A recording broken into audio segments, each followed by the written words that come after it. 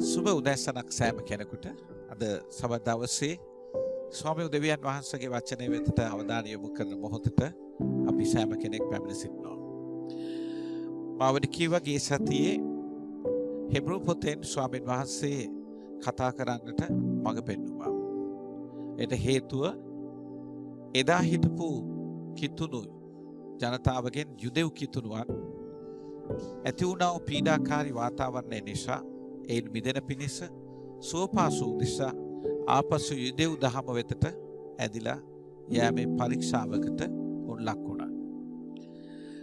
ඒ වෙලාවේදී සුද්ධ වචනේ එහෙම නැත්නම් හෙබ්රු පොතේ සඳහන් වූ සත්‍යතාවයෙන් යුදෙව් කිතුණුවන්ව දැනුවත් කරලා ඔවුන් ක්‍රිස්තුස් වහන්සේ තුල ඇති මිදීමේ වටිනාකම කියා දෙන්නට උත්සාහගත් බවයි අපිට පේන්නේ. ප්‍රිය සහෝදර සහෝදරිය, අද දවසේ දෙවියන් වහන්සේගේ වචනයෙන් අපිට කතා කරන්නට උන්වහන්සේට අපි යාඥා කර බාර වෙමු. ස්වර්ගයේ වැඩ සිටින අපගේ ජීවමාන දෙවි පියාණනි, යේසුස් ක්‍රිස්තුස් වහන්සේගේ නාමයේ කරුණ කොටගෙන දැන් ඔබ වහන්සේ වෙතට එනවා. ඔබ වහන්සේගේ දයාබරකම සහ කරුණාවන්තකමෙන් ඔබගේ අනුග්‍රහය සහ මහිමෙන් දැන් අප වෙතට පැමිණෙන්න. ශුද්ධාත්මයන් වහන්සේගේ උපස්ථානයෙන් වචනේ තේරුම් ගන්නට අපේ ආත්මික ඇස් අරින්න කියා යාචනා කරනවා. ඒට විරුද්ධව නැගිටින සාතන්ගේත් අන්තක්‍රිස්තුස්ගේත් මුර්ගයාගේත් බොරු අනාගත වක්තෘ අධිපති බලධාරී බල පරාක්‍රමයන්ගේත් සීල බලය මා යාඥා කොට පැද තබනවා යේසුස් වහන්සේගේ නාමයෙන්. සමාදානයේ දෙවියනි, වහන්සේගේ මුළු සත්‍යතාවයම අපේ ජීවිතයට අද දවසේ වටහා දුන මැනව යේසුස් වහන්සේගේ නාමයෙන්. ආමේන්. අද දවසේ මගේ මාතෘකාව උත්තම පූජක පුත්‍රයාණෝ. බොහෝ දුරට මේ වගේ වචනයක් ඔබ මාතෘකාවක් වශයෙන් අසන්නට නැතුව ඇති. උත්තම පූජකයා ගැන කතා කරලා ඇති. නමුත් උත්තම පූජක පුත්‍රයාණෝ කියන වචනය මා යොදන්නට තීරණය කරේ මගේ පළවෙනි දේශනාව හෙබ්රු පොතෙන් කතා කරේ දේව පුත්‍රයාණෝ කියන මාතෘකාවෙනුයි. අද උත්තම පූජක පුත්‍රයාණෝ කියන මාතෘකාවෙන් හෙබ්රු 5:1-4 දක්වා මා අද දවසේ පළමුවෙන්ම ඔබට කියවන්නට සූදානම්. සෑම නායක පූජකයෙක්ම පඬුරුත් පාප පූජා ඔප්පු කිරීම පිණිස ස්වකීය සෙනග අතරින් තෝරාගෙන ඔවුන් වෙනුවෙන් දෙවියන් වහන්සේ සඳහා වූ කටයුතු කිරීම පිණිස පත් කරනු ලබති. ඔහු දුර්වලකම් වලට භාජන වී සිටින බැවින් අනුවණයන්ද මුලා වෙන්නන්ද ගැන ඉවසිල්ලෙන් ක්‍රියා කිරීමට ඔහුට පිළිවෙන. ඒ දුර්වලකම් නිසා සෙනග උදෙසා මෙන්ම තමා උදෙසාත් ඔහු විසින් පාප පූජා ඔප්පු කරනු ලැබීම අවශ්‍යව ඇත. තවද ආරෝන් මෙන් දෙවියන් වහන්සේ විසින් කැඳවන ලද අය මිස අන් කිසිවෙක් ඒ නිලය තමාටම පවරා නොගන්නේය. අභ්‍යන්තර වෙනසක් ගෙන දෙන සැබෑ පූජකවරයාණන් ගෙන් ඉවත්ව යනවද නැත්නම් අභ්‍යන්තර වෙනසක් ගෙන දෙන සැබෑ පූජකවරයාත් සමග උන්වහන්සේ තුළ අපේ ජීවිතේ ගොඩනගාගෙන උන්වහන්සේ අනුගමනය කරනවාද කියන එකයි මේ පොතේ කතුවරයාගේ ඉල්ලීම. ඒ වගේම අසන හෝ කියවන ජනයා පාඨකයා මේ නිගමනය අවසානදී තීරණය කරන්නට යන නිගමනය ඔහුගේ ජීවිතේ ඉරණම් බවට පත්වෙන්න යනවා. අද පළමුවෙන්ම මේ බයිබල් කොටස තුල උත්තම පූජක පුත්‍රයාණෝ කියන මාතෘකාව යටතේ පළවෙනි කාරණාව වෙතට අපි අවධානය යොමු කරමු. පරණ ගිවිසුමේ උත්තම පූජකවරයා කොයි වගේ කෙනෙක්ද? මේ හෙබ්රු පොතේ 5:1-4 දක්වා කියන බයිබල් කොටස් වල අපිට පේනවා පඬුරු සහ පූජා ඔප්පු කිරීම පිණිස ස්වකීය සෙනග අතරින් තෝරාගත්තා වූ පුජ්‍යලෙක් උත්තම පූජක නිලයට පත් කරනවා. ඒ වගේම ඒ පුජ්‍යලයාගේ කැමැත්ත අනුව නොවේ කැඳවන ලද අය මිස ඒ නිලයට තමාට පවරා ගන්නට ආශා කරන තම කැමැත්ත මැදි කරගත්ත තෝරා ගැනීමක් නොවේ. ඒක කැඳවන අයටයි දෙවියන් වහන්සේ විසින් වෙන් කරන ලද පුජ්‍යලෙකුටයි උත්තම පූජක නිලය හමු වෙන්නේ 5:4ට අනුව. ඒ වගේම අපිට පේනවා ඊශ්‍රායල් ජනය අතරින්ම තෝරාගත්ත නිසා දුර්වලකමින් යුක්ත වූ මනුෂ්‍යයන් අතර ඔහු දුර්වලකමින් යුක්ත පුජ්‍යලෙක් බව 5 වෙනි පරිච්ඡේදයේ 1 වෙනි පද අතර කියනවා. දෙවෙනි පදේ කියන ඔහු දුර්වලකම් වලට භාජන වී සිටින බැවින් අනුවණයන්ද මුලාව යන්නන්ද ගැන ඉවසිල්ලෙන් ක්‍රියා කිරීමට ඔහුට පිළිවෙන. ඔබට මතක ඇති මේ පදේ කියනකොටම යෙසායා පොතේ 6 වෙනි පරිච්ඡේදයේ යෙසායා තුමා කියපු වචනේ අපවිත්‍ර තොල් ඇති මිනිසුන් අතර මමත් අපවිත්‍ර තොල් ඇති මිනිසෙක් මෙන්න ස්වාමිනී මාව යවන්න කියලා කිව්වා. නිසා දුර්වල සෙනග අතර දුර්වලෙක් ලෙසයි ඔහුව කැඳවන්නේ දුර්වලෙක්ව සිටියේදී කැඳවන්නේ. එතකොට අපිට පේනවා අනුවණයන් සහ මුලාව යන්නන් උදෙසා ඉවසිල්ලෙන් ක්‍රියා කිරීමට පිළිවන් හැකියාවක් ඇති දුර්වලකමින් යුක්ත වූ ඒත් දුර්වල මිනිස්සු ගැන ප්‍රේමයෙන් ඉවසීමෙන් කටයුතු කරන්න පුළුවන් පුජ්‍යලෙක් ලෙසයි උත්තම පූජකෙක් පත් කරනකොට පත් කරගන්න පුජ්‍යලයව තෝරා ගැනීමේදී දෙවියන් වහන්සේ අදහස් කරේ. ප්‍රිය සහෝදර සහෝදරිය අපිට බයිබලෙන් පේනවා පරණ ගිවිසුමේ උත්තම පූජක නිලය සහ පූජක පෙළපතක් ලෙවි වංශය තුල. හැබැයි ඊට අමතරව උත්පත්ති පොතේ අපිට තවත් පූජකයෙක් පේනවා. ඒ පූජකයාගේ නම මෙල්කිසෙදෙක් කියලා කියනවා. නිසා පරණ ගිවිසුමේ පූජක ජාතීන් දෙකක් අපිට පේනවා. එක් ජාතියක් නෙවෙයි එක් පුජ්‍යලෙක්. නමුත් තව පැත්තකින් බැලුවොත් ලෙවි ගෝත්‍රයක් සහ පූජක වංශයක් ගැන කතා කරනවා. මම මෙච්චර කතා කරේ ලෙවි ගෝත්‍රයේ සම්බන්ධ සහ උත්තම පූජක නිලය තෝරා ගැනීම සම්බන්ධවයි. නමුත් ඒත් එක්කම උත්පත්ති පොතේ සඳහන් කරන මේ මෙල්කිසෙදෙක් පූජකතුමා සම්බන්ධව පරණ ගිවිසුමේ තව සිටින විශිෂ්ට උත්තම පූජකෙක් සම්බන්ධව කතා කරනවා. මේ සම්බන්ධව හෙබ්රු පොතේ 7 වෙනි පරිච්ඡේදයේ 1 වෙනි පදයේ සිට 4 වෙනි පදයේ විශේෂ කියමන් රාශියක් තියෙනවා. මෙල්කිසෙදෙක් තෙමේ සාලෙමේ රජද පරමෝත්තම දෙවියන් වහන්සේගේ පූජකයා යෙක්ද විය. ආබ්‍රහම් රජවරුන් පළවා හැර පෙරලා එද්දී මේ මෙල්කිසෙදෙක් ඔහු හමු වී ඔහුට ආශිර්වාද කළේ. ආබ්‍රහම් තමා සතු සියල්ලෙන් 10 කොටස ඔහුට දුන්නේ. පසුව මෙල්කිසෙදෙක් යන නාමයේ අර්ථය ධර්මිෂ්ඨකමේ රජු යනුයි. දෙවනුව ඔහු සාලෙමේ රජු වූ බැවින් ඔහුගේ නාමයේ අර්ථය සාමේ රජු යනුද විය. තවද ඔහුගේ පියාගේ හෝ මවගේ හෝ පෙළපත ගැනවත් උපත හෝ මරණය ගැනවත් සටහනක් නැත.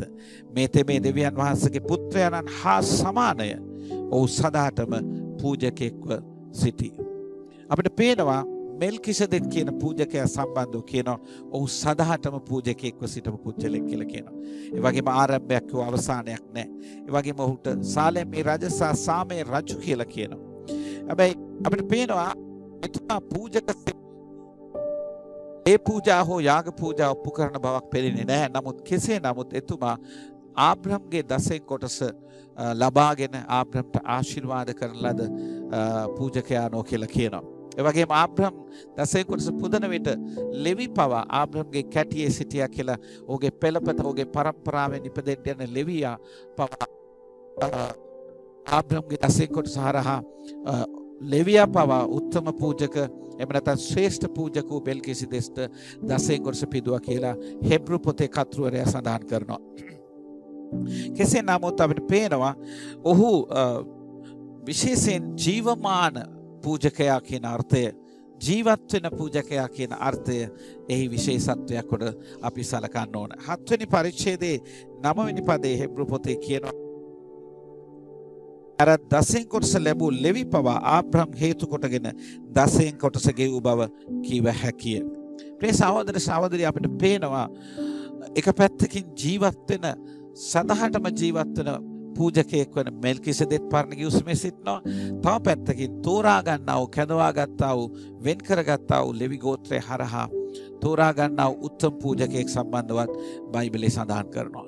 ඒ නිසා මේ යුදෙව් කිතුණුවන් ආපසු හැරිලා යනවා නම් ඔවුන් හැරිලා යන්න ඕන මෙන්න මේ සම්ප්‍රදායන් දෙක දෙස ඔවුන්ගේ අවධානය යලි යොමු කිරීම පිණිසයි. නමුත් නව ගිවිසුමේ ක්‍රිස්තුස් යේසුස් වහන්සේ තුලින් ප්‍රකාශ වෙන්නා වූ පූජක සේවය කොයි වගේද?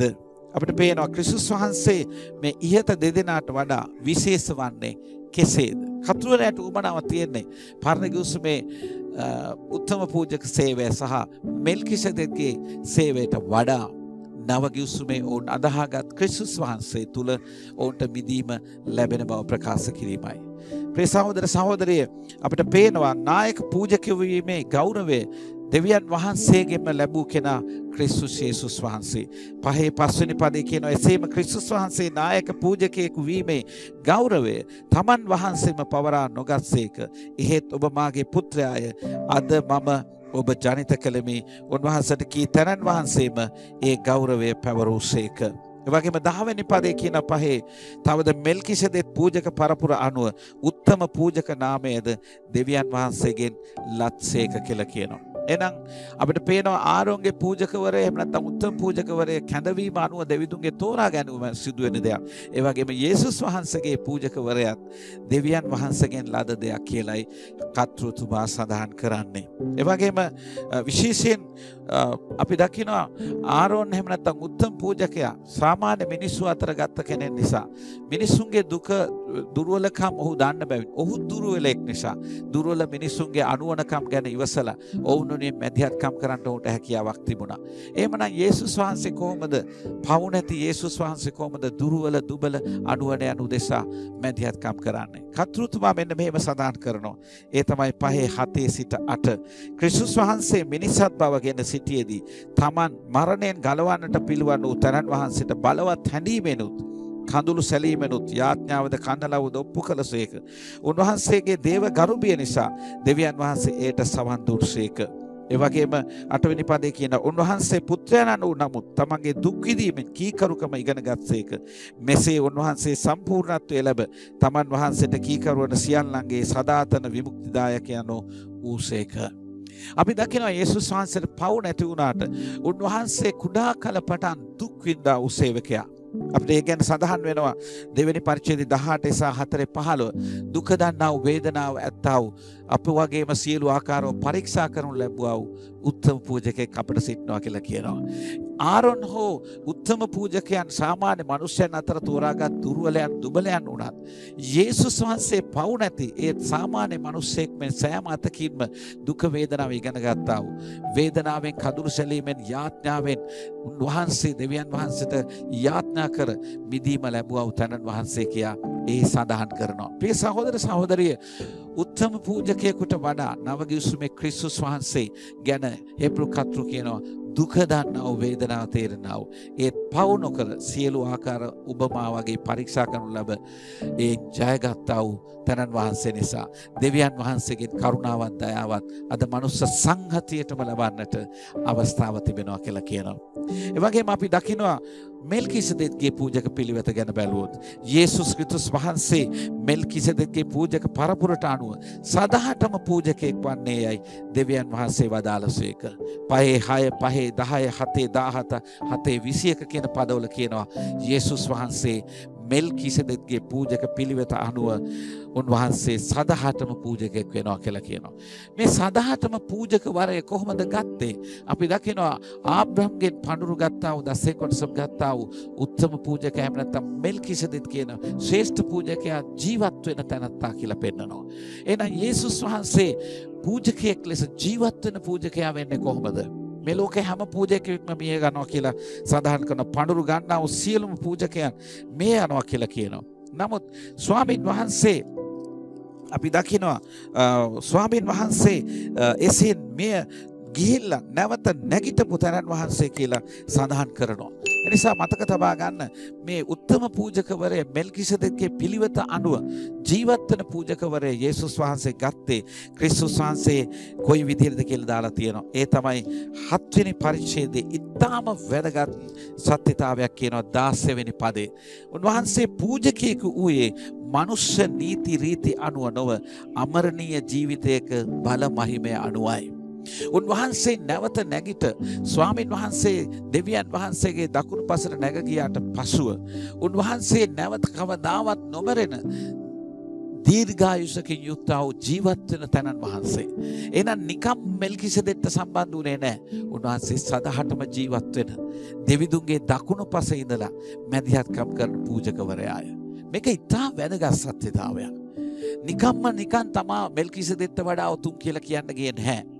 උන්වහන්සේ ජීවත් වෙන තැනැත්තා වීමෙන් තමයි සදාටම ජීවත් වීමේ මහිමය උන්වහන්සේ නැවත නැගිටීමෙන් ලබාගත් නිසායි උන්වහන්සේ තුලින් මනුෂ්‍යයාට මිදීමේ සැනසීමේ මැදිහත්කාරකමක් ලැබෙන්නේ. ප්‍රිය සහෝදර සහෝදරිය, ස්වාමීන් වහන්සේගේ වචනේ කියනවා ඒකට ඉංග්‍රීසියෙන් the power of an endless life කියලා කියනවා. ඒ කියන්නේ අමරණීය ජීවිතයක බල මහිමය යේසුස් වහන්සේට තිබුණ නිසායි මෙල්කිසෙදෙක්ගේ පූජක පිළිවෙත අනුව උන්වහන්සේ එතුමටත් වඩා උතුම් වෙන්නේ ඒ නිසායි.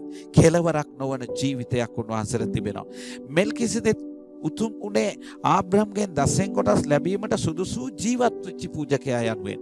නමුත් යේසුස් වහන්සේ ගැනත් දේව දූතයෝ සඳහන් කරනවා ස්වර්ගයේ මෙසේ ගායනා කරනවා කියලා.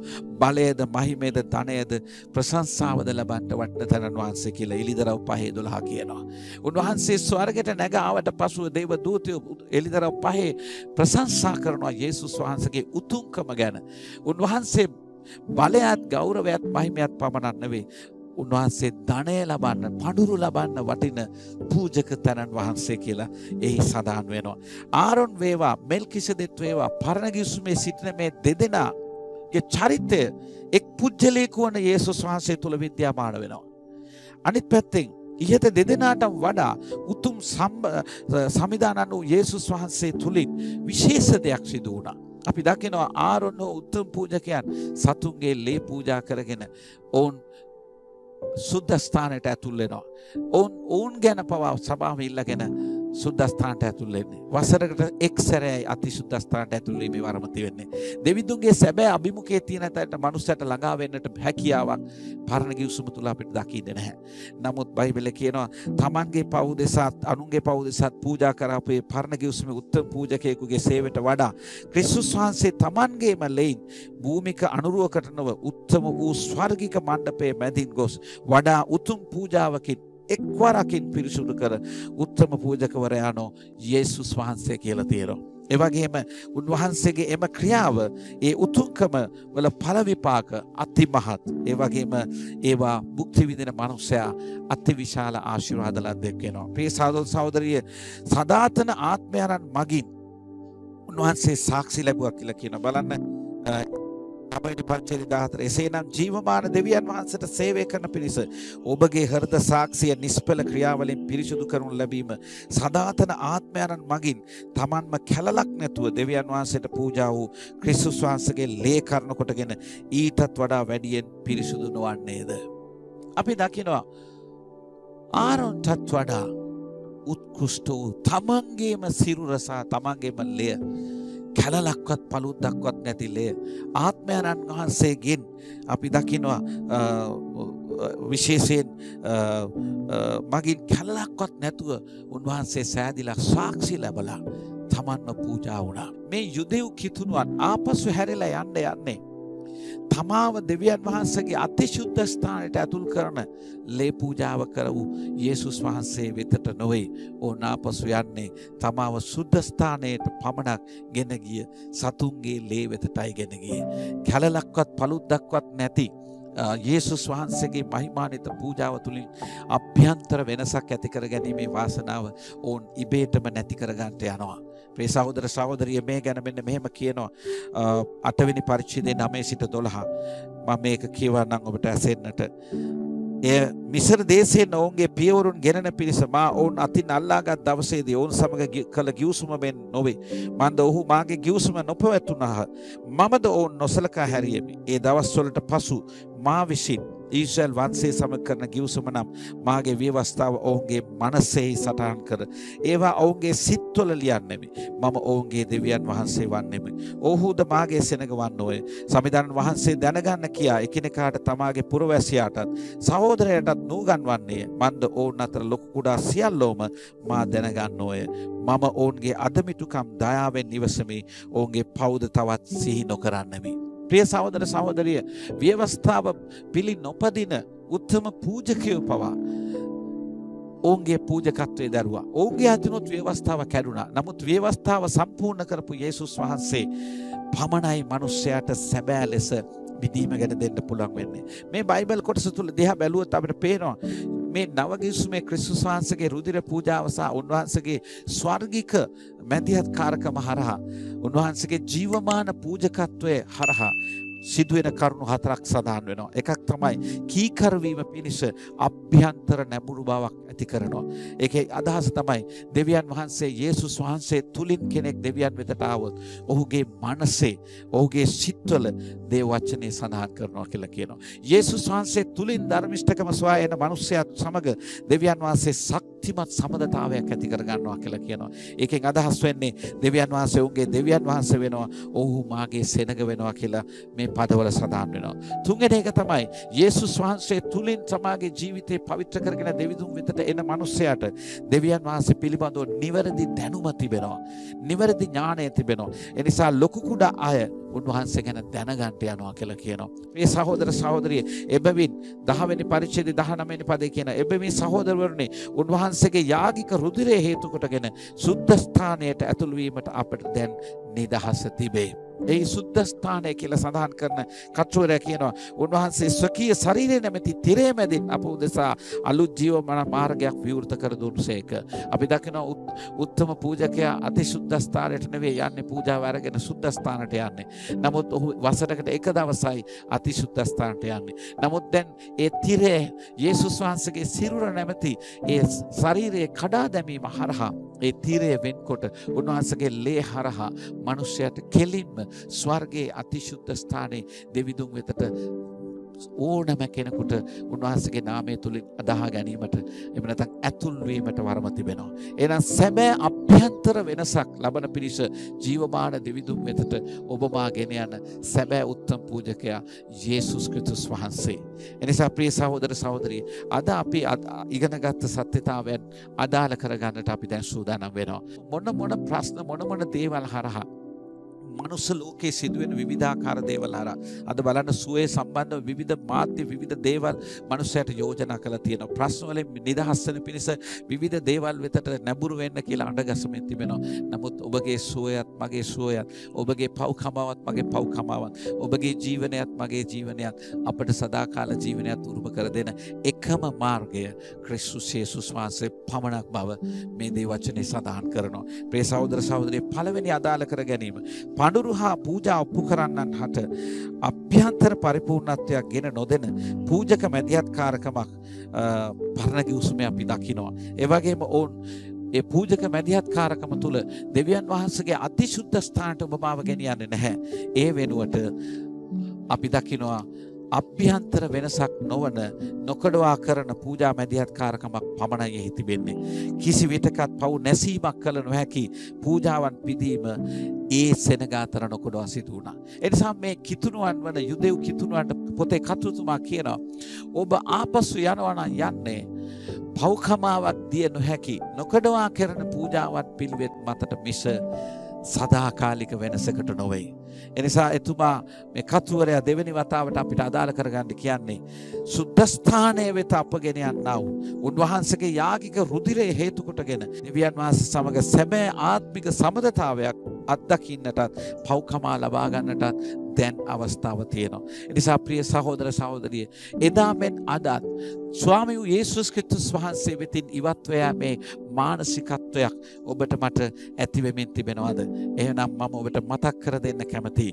ජීවමාන යේසුස් වහන්සේගේ පූජකවරය තුලින් මිස උත්තම පූජක යේසුස් ක්‍රිස්තුස් වහන්සේ හෙවත් මෙල්කිසෙදෙස්ගේ ඒ පෙළපතේ ජීවත් වෙන පූජකවරයා කියන වරම ලැබුවා වූ යේසුස් වහන්සේ ඔබගේ මගේ සැබෑ මැදිහත්කරුවානෝය. මේ ලෝකේ පූජා පුදපු ඒ සියලු දෙනාම ගරා වැටෙන මාලිගාවල තමයි පූජා පිදුවේ. අපි දකිනවා සලමොන්ගේ දේව මාලිගාව, ඊට සෙරුබාබෙල්ගේ, අපි දකිනවා ඊට පස්සේ හෙරෝද්ගේ දේව මාලිගාව. මේ තුනම කඩා දමලා දෙවියන් වහන්සේ වාසය නොකරන ස්ථාන බවට පත් වුණා. නමුත් දැන් ඔබට මට තියෙනවා කෙලින්ම ස්වර්ගයේ දෙවියන් වහන්සේගේ අභිමුඛයේ වෙතට මාවත් ඔබවත් ගෙන යන කැලලක්වත් පළුද්දක්වත් ඇති යාගික ලේ පූජා කරන කොටගෙන යේසුස් වහන්සේ තුලින් අපට ඔබට සැබෑ අභ්‍යන්තර වෙනසක් දෙවියන් වහන්සේගේ වචනේ සිතේ ලියන විදිහේ අභ්‍යන්තර සමදතාවයක් ජීවමාන දෙවිඳුන්ගේ දරුවන්ට දෙවියන් වහන්සේ අපේ පියාණන් වහන්සේ දෙස සැබෑ සම්බන්ධතාවයක් ඒ වගේම දැනගැන්ම පිළිබඳව මෝඩ අඥාන ව්‍යාජ ධර්ම පස්සේ යනවට වඩා සැබෑ ලෙස ලොකු කුඩා බාල මහලු සියලු දෙනාට යේසුස් වහන්සේත් පියාණන් වහන්සේත් පිළිබඳව සැබෑ දැනගැන්මක් ඇතිවීමේ අවස්ථාව දෙන සදහටම පව් කමා කිරීමක් ඔබ මා වෙනුවෙන් සිදුවෙන යේසුස් වහන්සේගෙන් ඉවත්ව යාමේ පරීක්ෂාවක් කිසිවෙකුට ඇති නොවේවා. ඔබගේ ඇදහිල්ල පුත්‍රයාණන් වහන්සේ තුළ ඇති ඒ සුරක්ෂිත නිදහසට පමණක්ම ඇතුල් වේවා. අද මනුෂ්‍යයන්ගේ ජීවිතයට එන මේ පරීක්ෂාවේ පැයේදී ඔබගේ මගේ ඇදහිල්ල කිසිසේත්ම බිඳ නොවැටේවා කියන විශේෂ ඉල්ලීම සමග මම ඔබට මතක් කරනවා අපට සිටින්නේ උත්තම පූජක පුත්‍රයාණෝ මිස වෙන කිසිවෙක් නොවේ. උන්වහන්සේ තුළින් ඇති ඒ උත්කෘෂ්ඨ සැනසීම සදාකාලික ජීවනය වෙන කිසිවෙකු තුළින් අපිට ලබා ගන්න බෑ. මේ සබත් දවසේ ඒ බව තදින් සිතට අරගෙන වචනේ දන්න ඔබට මේවා මතක් කරන්නේ. අද බොහෝ දෙනෙක් යුදෙව් දහමට ආපසු ඇදීගෙන යනවා. බොහෝ දෙනෙක් පූජා සම්ප්‍රදායන් වෙතට යනවා. සමහරු චර්ම ඡේදනය වෙතට පවා දැන් යමින් තිබෙනවා. ඒ තරම් නොහැදිලිකාර මානසිකත්වයකින් දෙවිදුන් පිළිබඳව දැනගැන්ම ඌට නැති වීගෙන යනවා. නමුත් සැබෑ පුත්‍රයන් වහන්සේ තුලින් දෙවියන් වහන්සේ වෙතට ළඟා වෙන මනුස්සයාට ඒ වාසනාව උදා වෙන්නේ. දෙවියන් පිළිබඳව සැබෑ අභ්‍යන්තර පරිවර්තනයක් ඇතුව උන්වහන්සේත් එක්ක ළඟ වෙන්නටයි අපි යාත්‍රා කරමු. මගේ ආසාව නම් ඔබ හැම දෙවියන් වහන්සේ පිළිබඳ සැබෑ ලෙස දැනගන්නා වූ පුත්‍රයන් සමග ජීවමාන සැමදියාවකින් නොකඩවාම ජීවත් වෙනවා දැකීමයි. අපි යාත්‍රා කරමු. ජීවමාන දෙවි පියාණනි, ඔබ වහන්සේගේ මහිමේ සහ තේජසට අද දවසේ සියලු දෙනාම බාර කරනවා. යේසුස් වහන්සේ පිළිබඳව දේශනා කිරීම හැර වෙන කිසිවක් අපේ සතුට නොවේ. මන්ද යේසුස් වහන්සේ කියන්නේ මනුෂ්‍යයාගේ මිදීමේ අභිරහස බව සුදු පෞතුමා ලියා තිබෙනවා. ඒ අභිරහස දැනගන්න පිණිස ඒක දැනුවත් කිරීමේ වගකීම කිතුණුවන් වන අපට දීලා තියෙන මහා බාරදූර කාර්යයක් කියලා අපි විශ්වාස කරනවා. එදා හිටපු පේරිතයන් ලොකු කුඩා බාල මහලු සියලු දෙනාට දේශනා කරේ පුත්‍රයන් වහන්සේ පිළිබඳව බව ඔබගේ වචනය අපිට පේනවා. ඒ නිසා ස්වාමිනේ මේ වචනයත් බොහෝ දෙනෙක්ගේ ඇදහිල්ල ස්ථීර කොට ශක්තිමත් කරන පිණිස සුද්ධාත්මයන් වහන්සේගේ අතටත් අසන අයගේ සිද්ද ඔවුන්ගේ ආත්මයේද ප්‍රාණයේද පිරිසිදුව මේ වචනය අදහාගෙන ස්ථීර වෙන පිණිසත් යාත්නා කොට ආශිර්වාද කරනවා. ඔබගේ දැනගැන්ම ඔබ පිළිබඳව තේරුම් ගැනීම ඔහුගේ ජීවිතයේ තමාගේ ආත්මයේද ප්‍රාණයේද ශරීරයේද මුළුමනින්ම පිරිසුදු කරගෙන ස්වාමීන් වහන්සේ දොස් නොතබන හෘද සාක්ෂියක් ඇතුව ජීවමාන දෙවිඳුන්ට සේවය කිරීම පිණිස සතුට සමාදානය ඔවුන් තුළ ඇති වේවා. නොකඩවාම ඔවුන්ගේ ඇදහිල්ල ස්ථීරව පවතිවා කියා මා යාඥා කොට ආශිර්වාද කරනවා යේසුස් වහන්සේගේ නාමයෙන්. ආමේන්. ඔබ හැමත ජේසුස් පිටයි.